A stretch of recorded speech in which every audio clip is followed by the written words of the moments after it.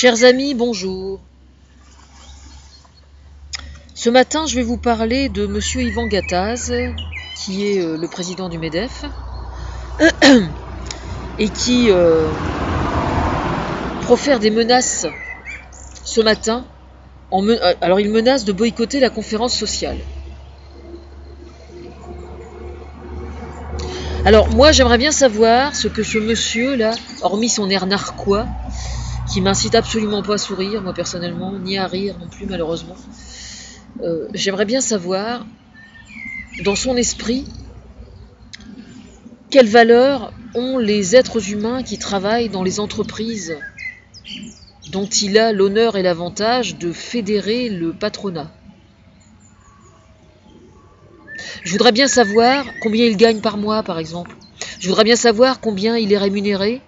Je voudrais bien savoir combien paye chaque entreprise qui fait partie justement du MEDEF. Comment ça se passe, un peu vos magouilles entre vous là? Qui décide que c'est vous le chef des patrons? Combien vous gagnez? Où est-ce que vous partez en vacances? Quel est votre patrimoine? Est-ce que vous vous êtes déjà trouvé en situation de précarité un jour dans votre vie? Ou est-ce que vous êtes né avec une cuillère en argent dans la bouche?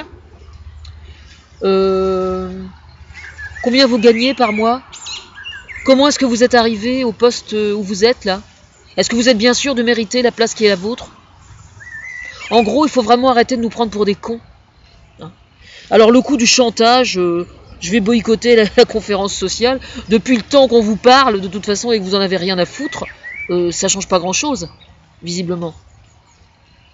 Moi, mon rôle à moi, c'est de tenter de rendre au capitalisme une connotation la plus humaine possible. La plus humaine possible, qu'est-ce que ça veut dire? Ça veut dire déjà, par définition, qu'on est capable de communiquer. Parce qu'à chaque fois que quelqu'un est en état de souffrance dans une entreprise, c'est toujours un problème de communication qui est à la base. Bel exemple. Bel exemple. Menace de boycott. Vous prenez pour qui? Le général de Gaulle? Oui, ça m'est déjà arrivé de faire ce genre de choses aussi, moi, au sujet de la politique de la chaise vide, quand j'en avais marre. Mais je crois qu'entre ma situation et la vôtre, il y a une situation diamétralement opposée. C'est que vous avez les rognons bien couverts, comme on dit dans le pays de Caux, ce qui n'est pas mon cas. Vous voyez, moi, je suis toujours à 60 € par semaine et sous tutelle. Donc moi, la vidéo que je fais là, vous voyez, je la fais gratos. Si vous voyez ce que je veux dire. Alors, combien est-ce que vous gagnez par mois pour avoir une aussi grande gueule et proférer des menaces qui vont complètement à l'encontre des valeurs qui doivent au contraire être défendues justement par le chef du MEDEF? Vous devriez perdre votre manie d'avoir ce sourire narquois parce qu'en plus ça frise le mépris. Et ne jouez pas au comique parce que c'est particulièrement méprisant et déplacé.